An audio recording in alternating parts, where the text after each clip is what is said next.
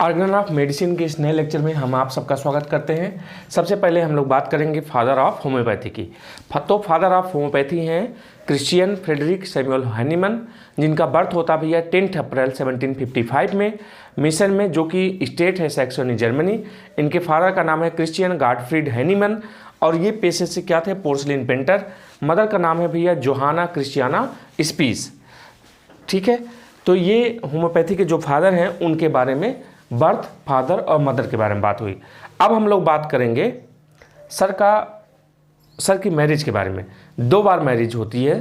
First wife जो है जोहाना हेनारिटा लियोपोल्डाइन कचलर, तो ये डॉटर हैं गॉटफ्रीड हेनरी कचलर की और इनकी शादी होती है 7 जून 1762 में। इनका जन्म होता है 7 जून 1762 में और मैरिड होती हैं 1 दिसंबर 1782 में और 11 चिल्ड्रन इनके रहते हैं। डेथ होती है 31 मार्च 1830 को। तो ये था जोहाना, इनकी जो फर्स्ट मैरिज है जोहाना हेनरिटा लियोपोल्डाइन कचलर की। Second wife Melanie de Hervilly Gohier थी और मिलेनी डी हरवेली गौहर, और ये 1822 में इनका जन्म होता है और ये कोएथन में मैरिज होती है 18 जनवरी 1835 को और इनकी डेथ होती है 1878 में। तो इसके बाद हम लोग मैरिज वाले पॉइंट को जोड़ेंगे।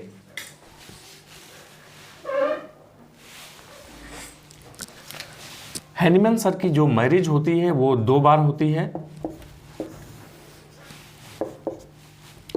सबसे पहले मैरिज होती है इनकी किसके साथ होती भैया, फर्स्ट वाइफ जो है इनके बारे में बात करते हैं। फर्स्ट वाइफ, तो अभी आपसे जैसा कि मैं बात कर रहा था, फर्स्ट वाइफ है इनकी जोहाना हेनरिटा।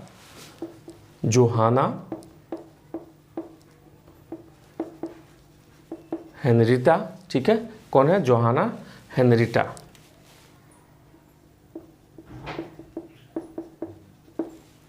ठीक है, लियोपोल्डाइन कचलर। ये किसकी डॉटर हैं, डॉटर ऑफ गॉटफ्रीड हेनरी कचलर की। डॉटर ऑफ किसकी डॉटर भैया, डॉटर ऑफ किसकी डॉटर है, डॉटर ऑफ गॉटफ्रीड हेनरी कचलर की। कब इनका जन्म होता भैया, 1762 में ये बॉर्न होती हैं। डेट सहित अगर बताएं तो 7 जून 1762 को इनका जन्म होता है भैया। ठीक है, 7 जून। और मैरिज कब होती है, 1 दिसंबर में होती है, 1 दिसंबर 1782 में 1 दिसंबर 1782 में हैनीमन सर से मैरिज होती है। इनके कितने चिल्ड्रन होते हैं, 11 चिल्ड्रन होते हैं भैया। कितने चिल्ड्रन, 11 चिल्ड्रन होते हैं।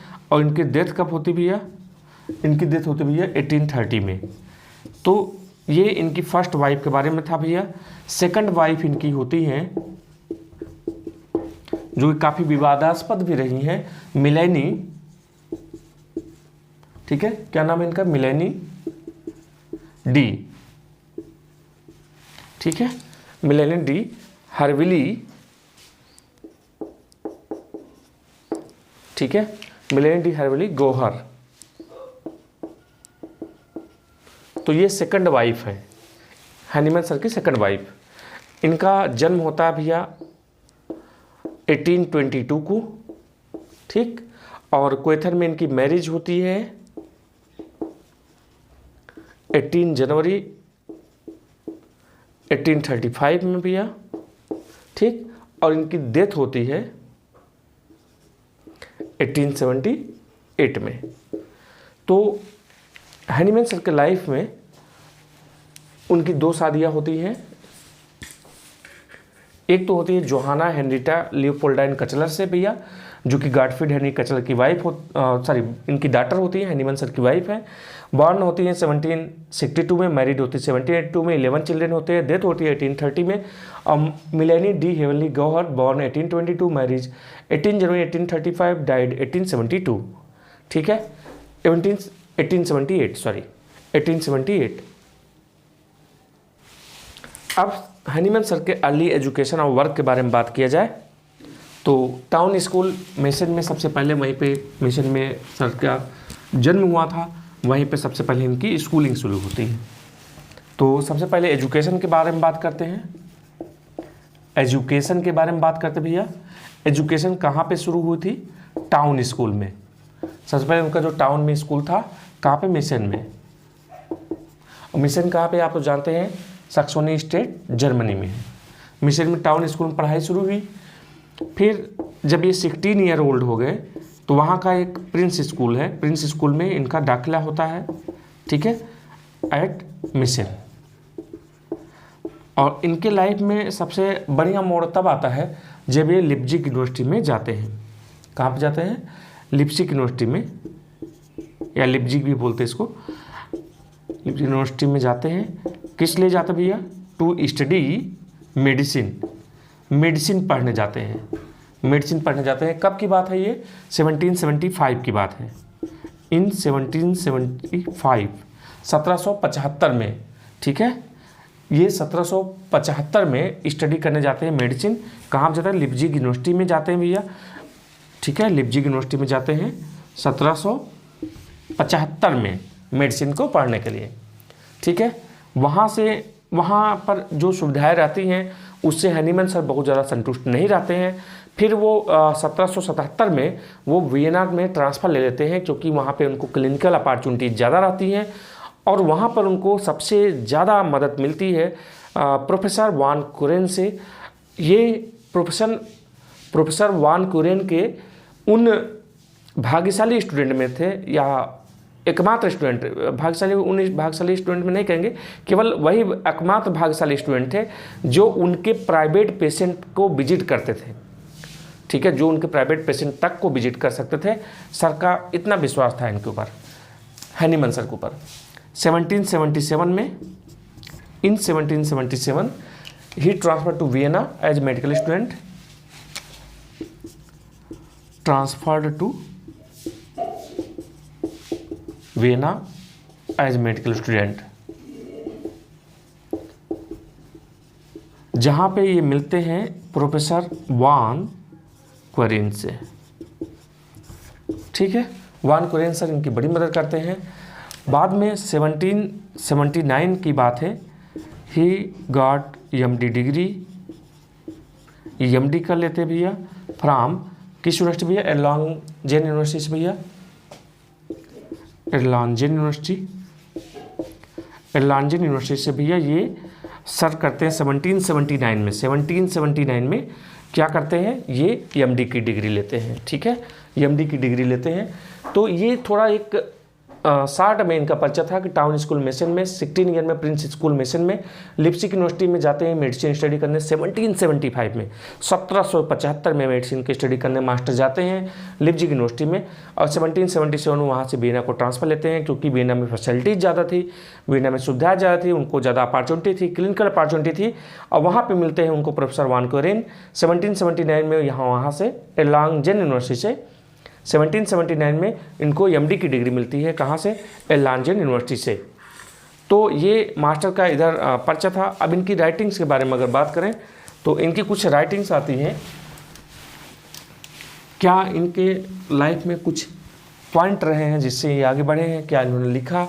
तो सबसे पहले इनके जो राइटिंग्स आते हैं इसमें बात करें हम लोग तो 1775 में सबसे पहले मास्टर ने लिखा कि on the wonderful construction of human hand, on the wonderful, एक लेख लिखा, on the wonderful construction of human hand, on the wonderful construction of human hand. इस टॉपिक पे भैया इन्होंने सबसे पहले लिखा on the wonderful construction of human hand. 1775 की बात है।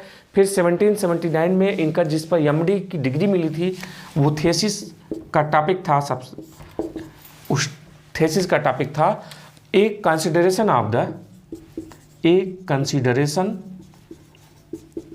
ऑफ द एटियोलॉजी, ठीक है, एटियोलॉजी एंड थेराप्यूटिक ऑफ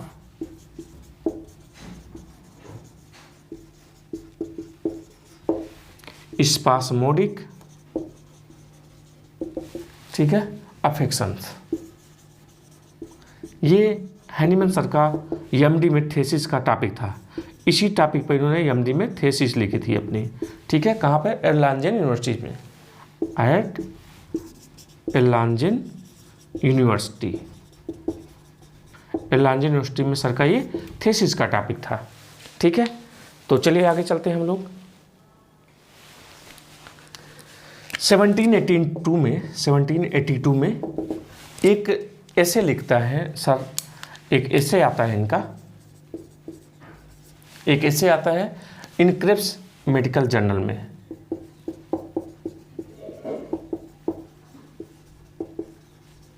जो कि उन दिनों बड़ी बात थी वहाँ इस जर्नल, मेडिकल जर्नल में छपना। 1790 में काफ़ी इम्पॉर्टेंट ईयर है 1790 में, जहाँ से सर को होम्योपैथी का आइडिया आया। Translation of कुलेंस Materia Medica, कुलेंस Materia Medica, कुलेंस की मैटेरिका मेडिका के ट्रांसलेशन सर करते हैं, और ये किस से किस में करते हैं, इंग्लिश टू जर्मन करते हैं, जहाँ पे सिनकोना बार्ग के बारे में पढ़ते हैं और उसका एक्सपेरिमेंट करना शुरू करते हैं खुद पे। तो ये 1790 की बात है, 1790 में ट्रांसलेट करते हैं कुलेंस Materia Medica English to German में। 1792 में एक और इम्पॉर्टेंट पब्लिकेशन सर का आता है, कौन सा, friend of health, friend of health कब पब्लिश होता है भैया, 1792 में, 1792 में फ्रेंड ऑफ हेल्थ पब्लिश होता है। 1792 में क्या पब्लिश होता है, फ्रेंड ऑफ हेल्थ। और इससे भी बहुत इम्पॉर्टेंट 1796 की बात है, होम्योपैथी का जन्म जिस ऐसे से होता है, इसे on a new principle for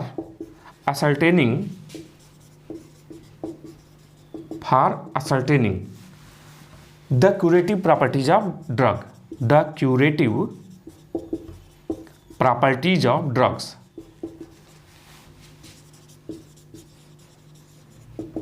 और ये ऐसे छपता है उस समय के सबसे famous ह्यूफलैंड्स journal,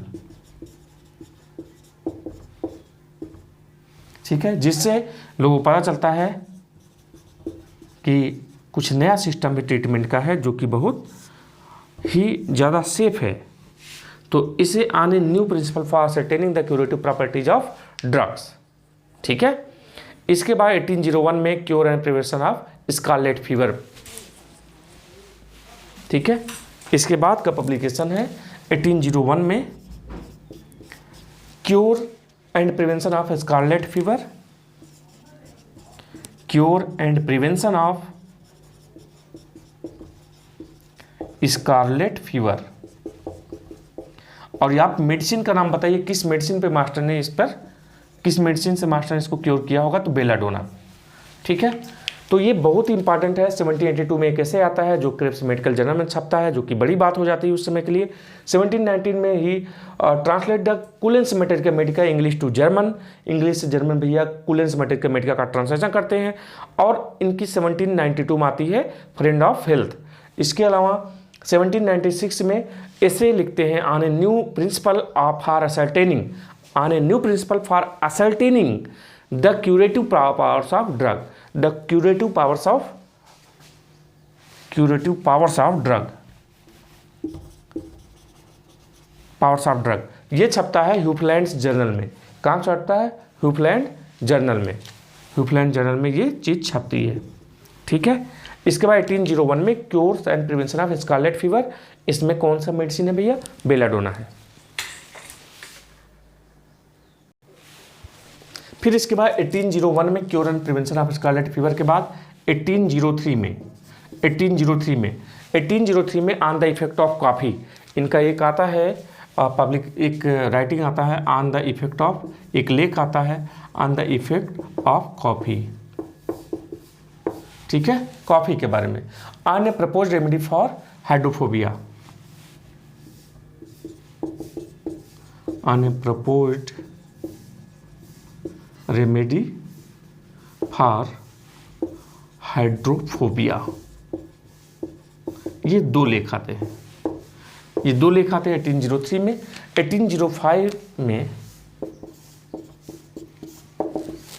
एस्कुलापियस in the balance, Aesculapius in the balance एक इनकी राइटिंग आती है, ठीक है। मेडिसिन ऑफ एक्सपेरिमेंट काफ़ी इंपॉर्टेंट ईयर है ये। इसी में इनकी एक राइटिंग और आती है, medicine of experiment. Medicine of experiment कब लिखी गई थी भैया? मेडिसिन ऑफ एक्सपेरिमेंट, ये सब प्रिकर्सर है आर्गनान के। इन्हीं के बाद आर्गनान का एडिशन आने वाला है, ठीक है। आर्गनान का जो एडिशन है उसके आने की तैयारी हो रही है। एस्कुलापियस इन द बैलेंस और मेडिसिन ऑफ एक्सपेरिमेंट, ठीक है, आर्गनान से पहले की जस्ट बात है।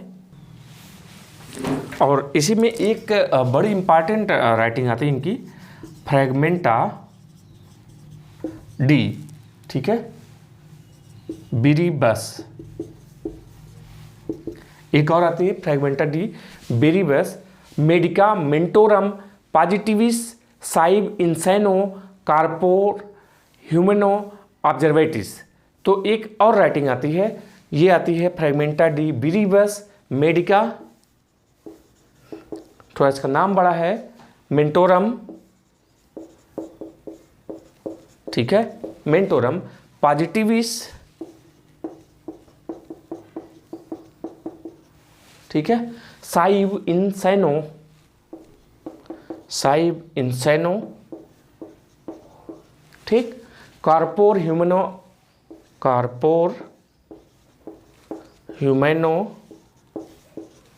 ठीक है, ऑब्जर्वेटिस, ऑब्जर्वेटिस। तो 1805 में स्कापुलस Aesculapius in balance medicine of experiment फ्रैगमेंटा डी बिरीबस मेडिकामेंटोरम पॉजिटिविस साइन इंसाइनो कार्पोर ह्यूमनो ऑब्जर्वेटिस, ये इतने 1805 के इम्पॉर्टेंट पब्लिकेशंस रहे हैं। 1806 में इनका एक और आता है लेख, जिसमें लिखते हैं मास्टर लिखते हैं वाटर पॉइजन। इन्होंने फोकस किया वाटर पॉइजन। बताओ पॉइजन क्या है, वाटर मेडिसिन, फिर मेडिसिन क्या है। और इसमें जो इस लेख का सबसे इम्पॉर्टेंट था, लास्ट वर्ड क्या था? आडिसपेरी, ठीक है, aude sapere means dare to be wise, इस लेख का था, ठीक है। फिर 1810 में इनकी बुक आती है Organon of rational art of healing, Organon of rational art of healing, ठीक। चलिए अब इसके बाद हम लोग आगे बात करते हैं इसी पे। आर्गनान के भैया कौन कौन से एडिशन आए। सबसे पहले इसका आता है फर्स्ट एडिशन। फर्स्ट एडिशन का नाम होता है आर्गनान ऑफ रेशनल हीलिंग, ठीक है, Organon of rational art of healing, ठीक है, Organon of rational art of healing. तो कौन सा कितने एफोरिज्म इसमें होते हैं? तो सबसे पहले एडिशन में 271 कब पब्लिश होता है? 1810 में, ठीक है, 1810 में। इसकी खास बात ये थी कि इसमें गिलबर्ट्स पोएम था, ठीक है, Gilbert's poem on title page. Title page पे किसका पोएम था भैया? गिलबर्ट्स पोएम था टाइटल पेज पे, ठीक है। इसके अलावा no table of content, no table of content, कोई भी टेबल ऑफ कंटेंट नहीं था, ठीक है, ये इंपॉर्टेंट बात थी। मतलब कि उन्होंने ये नहीं दिया था कि किस पेज पे क्या है, कोई टेबल ऑफ कंटेंट नहीं बनाया था। सेकंड एडिशन जो आता है, ठीक है, सेकंड एडिशन आता है Organon of healing of, Organon of healing art, इस नाम से आता है। और इसमें 318 एफोरिज्म है, कहीं कहीं पे पढ़ा है कि मैंने 315 है, ठीक है। और किस ईयर में आता है? 1819 में, 1819 में, 9 साल बाद। पहला 1810 में, दूसरा 1819 में। इसका टाइटल क्या था, इसमें जो टाइटल मास्टर ने दिया, title Organon of healing art, Organon of healing art, Organon of healing art, ये मास्टर ने टाइटल दिया सबसे पहले। आर.डी. सपेरी, इसकी खास बात है इसी में आर.डी. सपेरी वर्ड इंक्लूड था, जिसका मतलब होता है डेयर टू बी वाइज, ठीक है, dare to be wise. Table of content इसमें आ गया, टेबल ऑफ कंटेंट। इसके अलावा ये ऑगमेंटेड एडिशन था,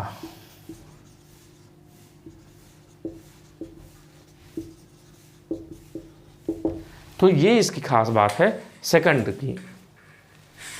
इसके बाद थर्ड एडिशन जो आता है, इसका नाम भी यही रहता है। क्या नाम रहता है थर्ड एडिशन का? Organon of healing art. Third edition का भी यही नाम रहता है। और कितने एफोरिज्म रहते हैं इसमें? 320,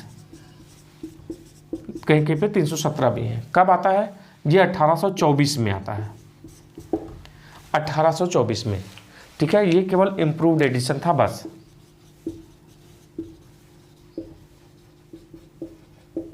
ये इम्प्रूव्ड एडिशन थे। फिर इसके बाद फोर्थ एडिशन की बात आती है, ठीक है। इसके बाद बात आती है फोर्थ एडिशन की। इसका नाम होता है मित्रों फोर्थ एडिशन, एक मिनट, हाँ नहीं चल रहा, ठीक। अग्ना फोर्थ एडिशन, अग्ना फीलिंग आर्ट, यही नाम होता है।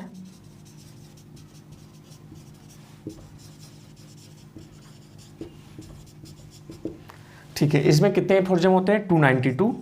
चौथे एडिशन में कितने होते हैं? 292, ध्यान रखना है। 1829 की बात है ये। 1829 में थ्योरी ऑफ क्रोनिक डिजीज इसमें शामिल कर लिया गया, ठीक है।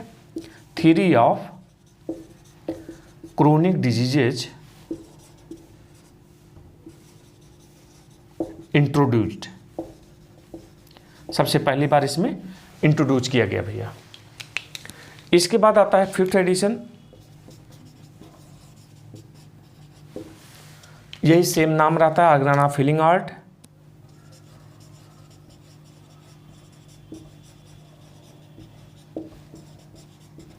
इसमें एफोरिज्म होते हैं 294, ठीक है, 294 एफोरिज्म। कब आता है? 1833 में, ठीक। लास्ट एडिशन है भैया जब हैनीमन जिंदा थे।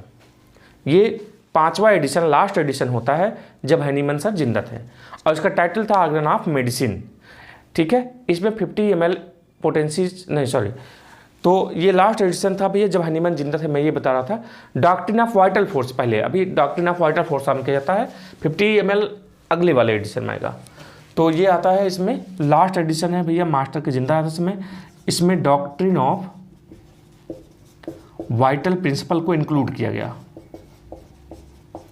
क्या? Doctrine of vital force, sorry, doctrine of vital force, doctrine of vital force को इंट्रोड्यूस किया गया। और क्या शामिल किया गया? ड्रग डायनेमाइजेशन, ठीक है, डॉक्ट्रिन ऑफ ड्रग डायनेमाइजेशन, इसको भैया इसमें इंक्लूड किया जाता है, ठीक है। तो ये 5 एडिशन जो है हैनीमन सर के जिंदा रहते हुए आए थे। पहला कब आया था? 1810 में, दूसरा 9 साल बाद 19 में, फिर 1824 में, 1829 में, 1833 में, 1810 में, 1819 में, 1824 में, 1829 में, 1833 में। क्रोनिक डिजीज किस एडिशन में आया था? ये आया था चौथे एडिशन में। चौथे एडिशन में कितने एफोरिज्म थे? 292 एफोरिज्म। देखिए 271 था, फिर 318 हुआ, फिर 320 हुआ, बढ़ा लगातार। इसके बाद फिर घटना शुरू होगा, घटा इधर 292, फिर 294 है। एफोरिज्म 271 फर्स्ट में था, 318 सेकंड में था, ठीक है, थर्ड में 320 है, इसके बाद 292 है, 294 है। तो इतने एफोरिज्म है। अब लास्ट एडिशन के बारे में हम बात करते हैं। जब मास्टर पेरिस में थे, देखिए पहला और दूसरा एडिशन जो है भैया वो लिप्जिग में आता है, लिप्जिग से पब्लिश होता है। तीसरा, चौथा और पांचवा जो एडिशन है वो उस समय कोएथन में थे मास्टर, तो कोएथन से। और जो अभी लास्ट एडिशन के बारे में बात कर रहे हैं ये कहाँ से आएगा? पेरिस से। तो आर्गन ऑफ मेडिसिन का छठा एडिशन है, 6th एडिशन है, और ये जो है इसका नाम है ऑर्गेनान ऑफ मेडिसिन। ऑर्गेनान ऑफ मेडिसिन, इसमें कितने एफोरिज्म है? 291 है। किस ईयर में आता है? सबसे लेटेस्ट एडिशन है 1921 में आता है, 1921 में। और इम्पॉर्टेंट क्या चीज़ है? Published after 78 year after death of master. ठीक है, published 78 year after death of master. Hahnemann sir की डेथ के 78 ईयर बाद भैया ये पब्लिश होता है, ये वाला एडिशन। इसका टाइटल क्या रखा गया? ऑर्गेनान ऑफ मेडिसिन। ऑर्गेनान ऑफ मेडिसिन, ये इसका टाइटल रखा गया था। और इंट्रोड्यूस किया गया सबसे पहली बार इसी में। इंट्रोड्यूस क्या किया गया इसमें सबसे पहली बार? 50 ml स्केल या पोटेंसीज को। ठीक है, 50 मिलीसीमल पोटेंसीज को सबसे पहले। Word vital force was replaced by water principle. जो वाइटल फोर्स शब्द था इससे पहले वाले एडिशन में, उसको रिप्लेस कर दिया गया था इसी में वाइटल प्रिंसिपल से।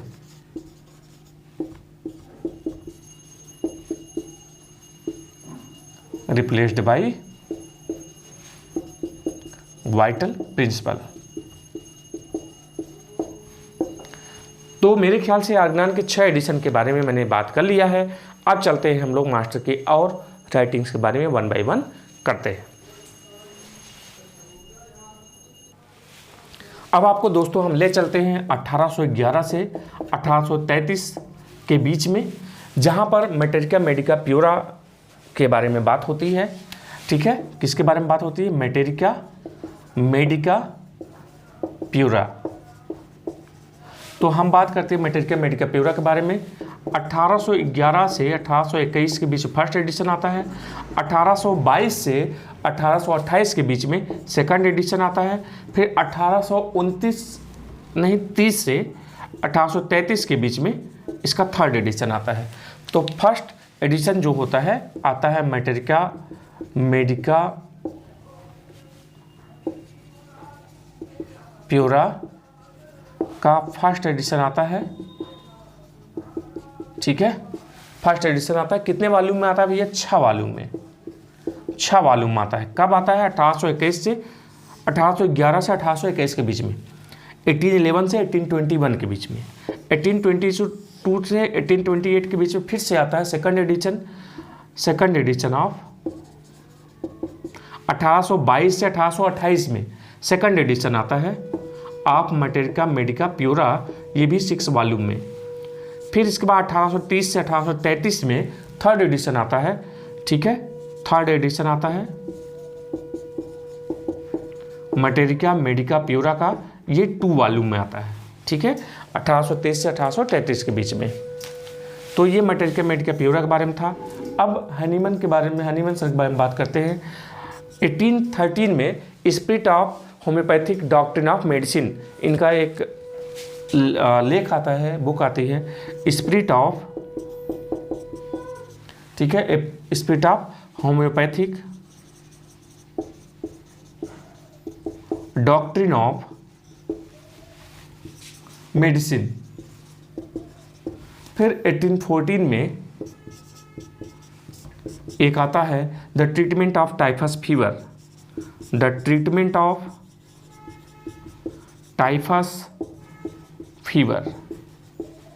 टाइफस फीवर के ट्रीटमेंट के बारे में बात होती है। ठीक है, 1828 से 1839 के बीच में। ठीक है, chronic disease, three of chronic disease के बारे में बात होती है। ठीक है, क्रोनिक डिजीज के बारे में बात होती है भैया। 1828 से 1830 के बीच में इसका फर्स्ट एडिशन आता है। पहला एडिशन कब आता है? 1828 से 1830 के बीच में। 1828 से 1830 के बीच में कितने वॉल्यूम में? 4 वॉल्यूम में भैया, 4 वॉल्यूम में आता है। ठीक है, इसके बाद जो है 1835 से 1839 में इसका सेकंड एडिशन आता है क्रोनिक डिजीज का, थ्योरी ऑफ क्रोनिक डिजीज का। अब कितने वॉल्यूम आएगा? 5 वॉल्यूम में आता है।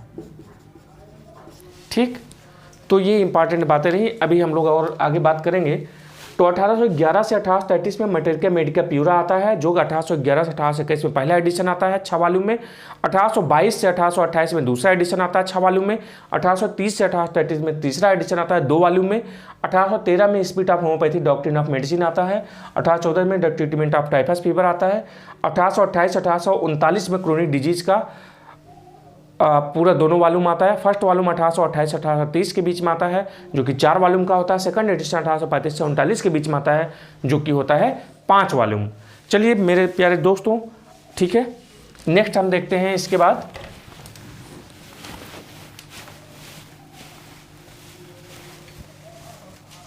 नेक्स्ट 1830 से 1833 में 1830 से 1831 में, इस दौरान मास्टर क्या लिखते हैं, इन्होंने 4 आर्टिकल लिखे ऑन कॉलरा पे।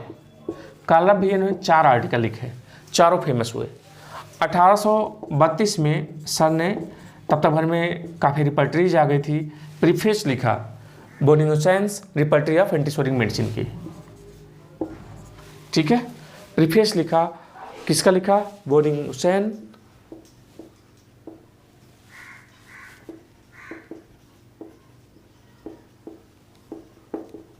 Repertory of antipsoric medicine.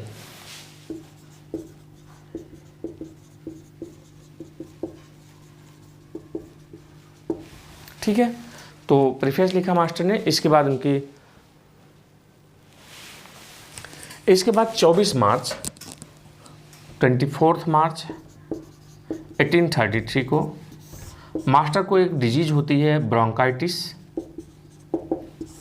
और ब्रोंकाइटिस से खुद के लिए इन्होंने मेडिसिन प्रिस्क्राइब किया, ठीक है। और लगभग बात है 2 जुलाई 1843 की मास्टर की हो जाती है डेथ, और 9 दिन बाद 11 जुलाई को 1843 को इनको दफना दिया जाता है। तो ये था हैनीमैन सर के बारे में एक बहुत शॉर्ट में।